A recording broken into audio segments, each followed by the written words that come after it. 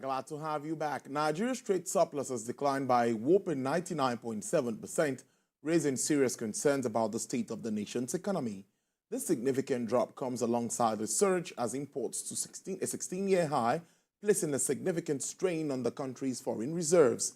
A shrinking trade surplus means Nigeria has far less money coming into the economy than going out. Now, what other factors are behind this shift, and what does it mean for Nigeria's future? Let's get talking now, and I'm being joined by an industrial sector analyst with Chapel Hill, Dedham, Mr. James Ola Adisa. Mr. Adisa, thank you. It's your first time on the program. We appreciate you. Thank you. Thank you so much for having me.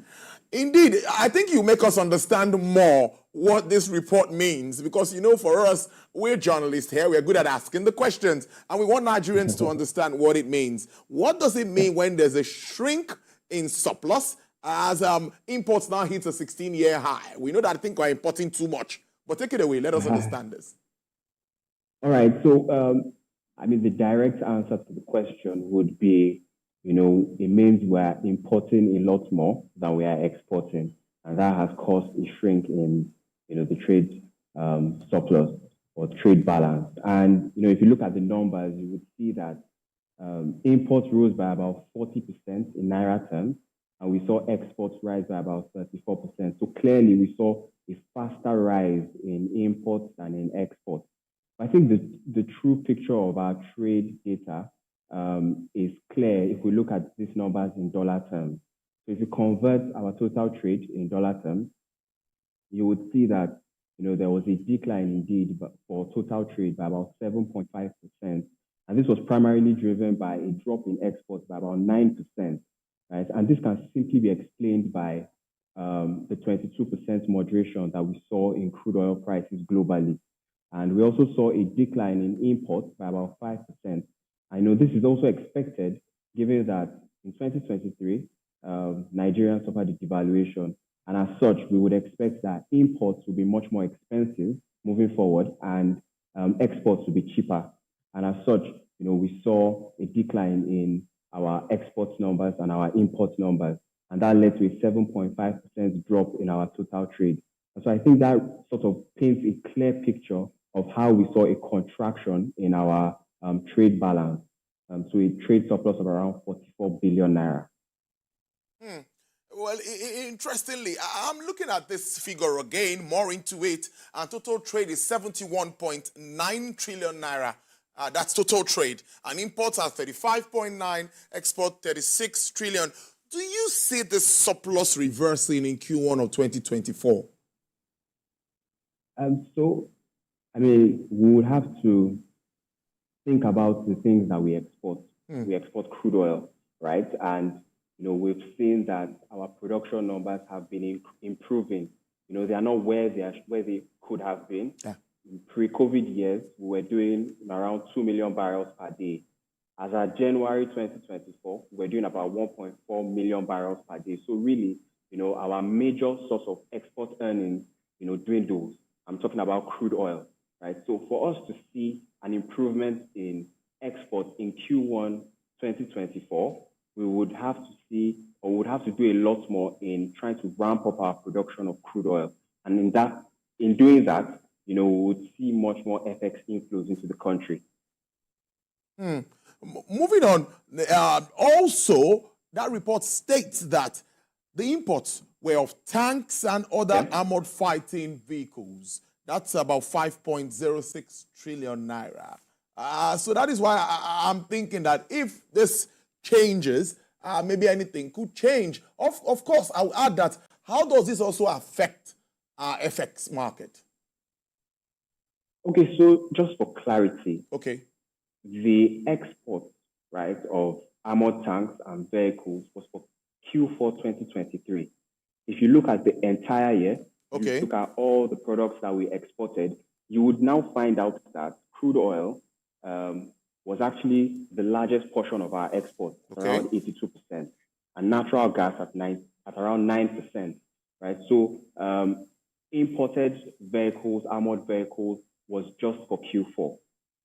And, just to speak to the foreign exchange market, as you rightly said in introducing this topic, you mentioned that with a weak balance of trade. It would mean that we would have a weak balance of payments and we see little or no accretion to our external reserves, right? And this is true.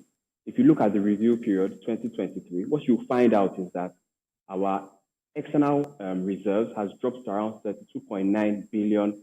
And this looks like, in absolute terms, it looks like a large number. But if you look at it relative to our import of goods and services, you will find that it can only cover about 5.9 months, roughly 6 months of our import. So that just gives context to the FX reserve. And if there is little or weak accretion to our FX reserves, it would mean that the Nigerian government will not have as much capacity to defend the currency. And this can be explained in depreciation or devaluation of the naira. We saw the naira suffer a devaluation in 2023, and these numbers paint put context, give good context to the depreciation that we saw. Well, now I think Nigeria has to look inwards and try to improve exports. With all the efforts by the Nigerian Export Promotion Council and all Nigeria's efforts in that, do you think that we are ready to play big in the export market? Well, I think the future looks bright, right? And my optimism is hinged on the fact that, the Dangote refinery and other government-owned refineries are coming on board. And if they do come on board, we'll be able to sell in the international market value-added products. So we'll be able to add value to our crude oil, and we'll be able to sell that in the export market. So yes, I think we are beginning to we are on the right path.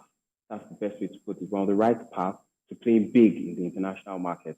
If we're able to get this right, if we're able to look into other sectors like agriculture, if we're able to look into other sectors like mining, looking at GDP numbers, what we see is that mining, metal ores, a subsector, was the fastest growing subsector, growing by about 50%. So if we're able to harness this growth, if we're able to leverage on the arable land we have, the agricultural produce, we have the capacity to supply into the global market, I think we're ready to play in the global market. But there's a caveat to it. We need to do the right things. And the right things means the government needs to support initiatives that are focused on adding value to raw materials and exporting. That's a big one. And I also look back to the AFCFTA that we've talked about for some time. I would say I'm not hearing that much noise around that anymore, but which is also another way that we could strengthen trade across the African continent. And many have said that is the way to go. I don't know if you're thinking along that line. How do you see AFCFTA also coming in here? I think African trading with Africa is also a way to go. Yes, I agree with you, right? You're spot on. Africa trading with Africa is the way to go. But if you look at the common trend among African countries, what you find out is that most of what we import, right, are finished products. And most of what we export are raw materials. So for us to be able to trade with one another, we would need to be able to produce what our fellow African countries need. So as Nigeria, if we are able to produce and add some form of value to the raw materials that we export, I'm sure that we will see trade with other African countries. What sort of conversation, now almost finally, do you think that all of these states now need to be, not even state governments now, across the board, even across countries, what sort of conversations should we be having to help enhance trade facilitation across the board? Because many would tell you that we need to start having specific conversations. The WTO DG is also in Nigeria, all this to talk about trade and all of that. But what sort of conversation are you expecting? We also see our president going everywhere around the world saying Nigeria is open for business and all of that. So I just want your reactions to all of these developments too. Yeah, so I think what we need to be seeing, right, is first of all, the government taking steps to attract and incentivize exports and trade, right? What the president is doing, going around, meeting different countries and telling them that Nigerian economy is open up to trade is a good way to go. But in addition to that, we need to fix certain macro factors. So, for instance, if a foreign direct investor was coming to Nigeria, right, to set up a business and plans to export to other African countries, they would want to have security. They would want to have an environment that is favorable for businesses to grow. So I think that we need to go to the grassroots. We need to fix the macros. If we begin to hear them, doing the right things in terms of reforms, which they've already started doing, right? I think, that would, in a way, boost trade because we'll be able to, increase our capacity to produce for ourselves and also export to other countries. Our currency, Naira devaluation, Yeah. many will say our currency has been devalued one way or the other, is also a major factor contributing to the deficit. Yeah. What do you think can be done? Despite all of the efforts being made by the CBN at this time to shore up the Naira, trying to pay up debts and all of that. I spoke to the special advisor to the president earlier on all of these issues, and he made the position known that government is doing their best to address these issues. But you as an analyst, what do you make of what is happening around our FX space and, of course, how it affects trade? Yeah, so I think a low-hanging fruit in terms of our currency, improving our currency, strengthening our currency, will be to boost, crude oil sales. Really, like I mentioned earlier, we're not doing what we have the capacity to do. You have to agree with me that coming from 2 million barrels per day to 1.4 million barrels per day, we cannot see the same level of FX inflows that we would expect or we have seen in the past, right? And that has contributed to the fact that our currency has devalued. And so a low-hanging fruit would be to, one, improve the security architecture around the crude oil producing regions of Nigeria. We've heard that crude oil theft has been a plague in the oil and gas sector, and it has affected our ability to produce crude oil. And so, improving the security architecture within the country, specifically, within this region, curbing crude oil theft, definitely go a long way in boosting production.